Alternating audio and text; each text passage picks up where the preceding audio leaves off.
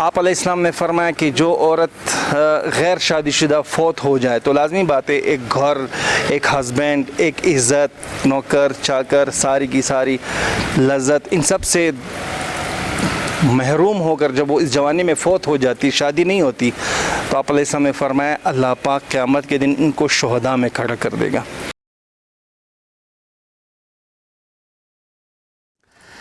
اچھا سر، یہ بتائیے کہ آج کی مسلمان عورت اسلام سے بدظن نظر آتی ہے، نعوذ باللہ، مغربی کلچر کو اپنانے کا اتنا شوق ہے اور اس مغربی کلچر کو وہ سمجھتی ہے کہ ایڈوانس ہونا بہت ضروری ہے۔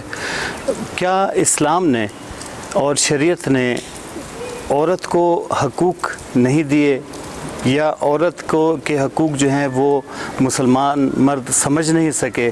ایسی کیا وجہ ہے کہ مغربی کلچر کو اپنانے کو ہم ماڈرنزم بھی کہتے ہیں، اور ہماری خواتین ماڈرن ہونا چاہتی ہیں ایسے جیسے کہ مغرب کی عورت کو وہ دیکھتی ہیں؟ اچھا، آج کی عورت اپنے آپ کو کوالیفائڈ بھی تو بہت سمجھتی ہے، اور جب کوئی قوم سیاسی طور پر شکست کھاتی ہے یہ اتنی بڑی بات نہیں ہے۔ بڑے بڑے جرنیل شکست کھا گئے، نیپولین جیسے، لیکن جب کوئی قوم نظریاتی طور پر شکست کھاتی ہے نا، پھر اس کا کوئی علاج نہیں ہے۔ جس طرح یہ قوم آج نظریاتی طور پر شکست کھا چکی ہے، یعنی وہ قوم جس کے پاس اپنا سلیبس ہے، اپنا نظریہ ہے، قرآن ہے، حدیث ہے، نبی کا طریقہ ہے صلی اللہ علیہ وسلم، وہ مغرب میں جا کر سکون ڈھونڈتی ہے، مغرب میں جا کر ترقی ڈھونڈتی ہے۔ لیکن آپ دیکھیں کہ مغرب میں تو سورج بھی جا کر ڈوب جاتا ہے، پھر وہاں پر ترقی کیسے ہوگی؟ مغرب ڈوبنے کی جگہ ہے اور مشرق ابھرنے کی جگہ ہے۔ یعنی آپ کے اس بات سے جب آپ یہ سوال کر رہے تھے تو میرے ذہن میں ایک شعر آیا کہ ان کو ابھی تک پتہ ہی نہیں ہے کہ حق کسے کہتے ہیں اور حقیقت کسے کہتے ہیں۔ ابھی وہ کہہ رہے کہ ہم دیکھ رہے ہیں، لیکن اللہ پاک فرماتا ہے کہ وَلَهُمْ أَعْيُنٌ لَا يُبْصِرُونَ بِهَا، ان کے پاس آنکھیں تو ہیں پر یہ ان سے دیکھتے نہیں، اور جہاں سے وہ سنتے ہیں مغرب کو وَلَهُمْ آذَانٌ لَا يَسْمَعُونَ بِهَا، ان کے پاس کان تو ہے پر یہ ان سے سنتے ہی نہیں، حق نہیں سنتے، حق نہیں دیکھتے۔ تو چمن میں تخت پر جس دم شہ گل کا تجمل تھا، ہزاروں بلبلیں تھی باغ میں ایک شور تاغل تھا، کھلی جب آنکھ نرگس کی نتا جز خار کچھ باقی، بتاتا باغ بارو رو یہاں غنچہ یہاں گل تھا۔ جب حقیقت کی آنکھیں کھل جائیں گی اور موت آ کر ان کے دل پر دستک دیں گے کہ انکم ماکثون، اب تو تمہیں چلنا پڑے گا، تو تب یہ کہیں گے کہ تھوڑی سی مہلت اور دے، اب ہمیں سمجھ میں آ گیا ہے۔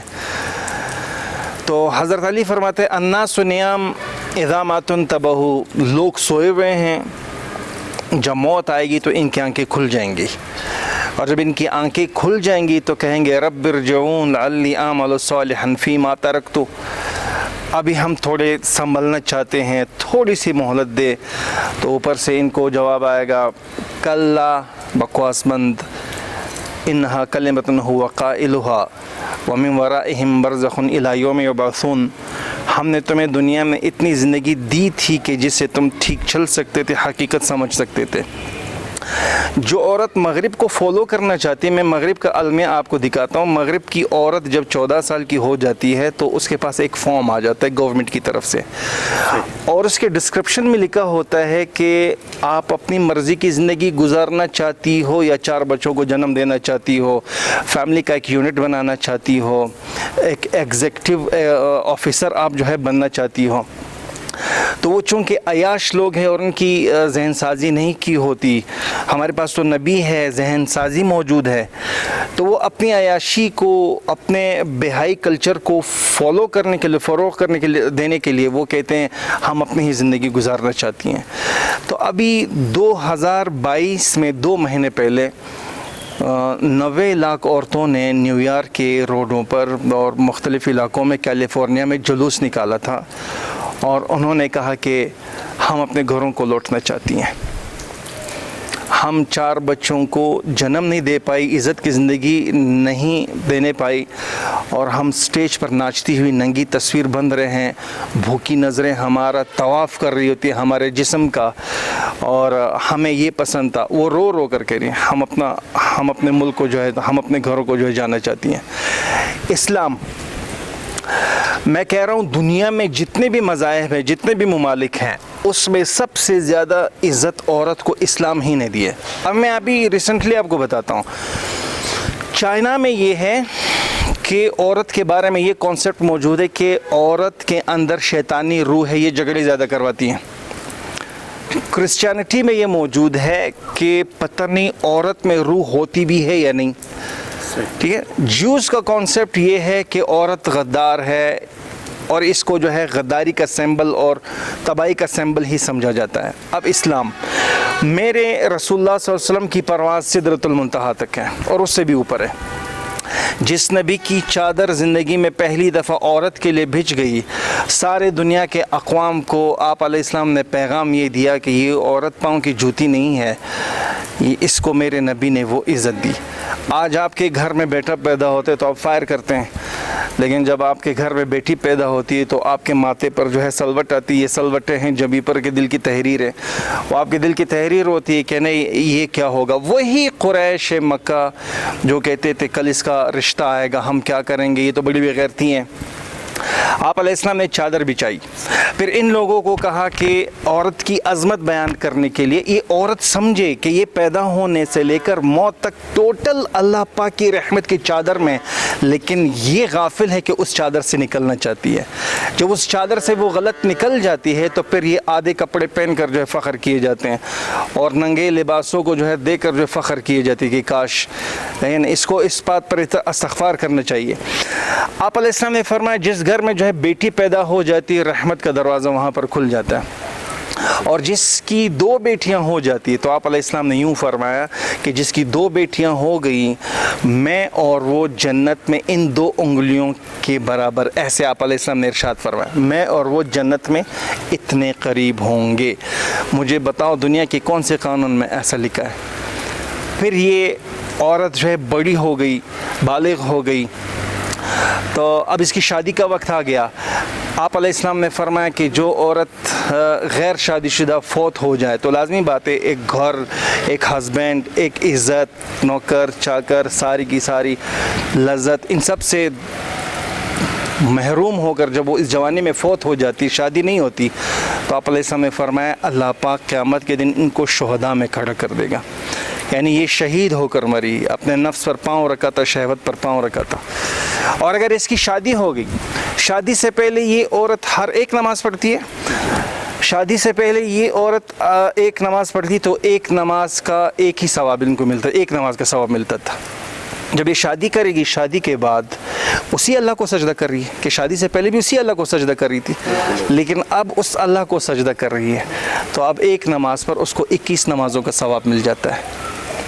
کون سے قانون میں ہے کہ جو عورت کو اتنی عظمت دے؟ جیوز میں, یہودیت میں یہ ہے کہ ان کا پادری, ان کا جو سینٹ بڑا ہے, وہ سب کی طرف سے سال میں 1 دفعہ اللہ کا نام لے گا, وہ سب کا حق ادا ہو گیا.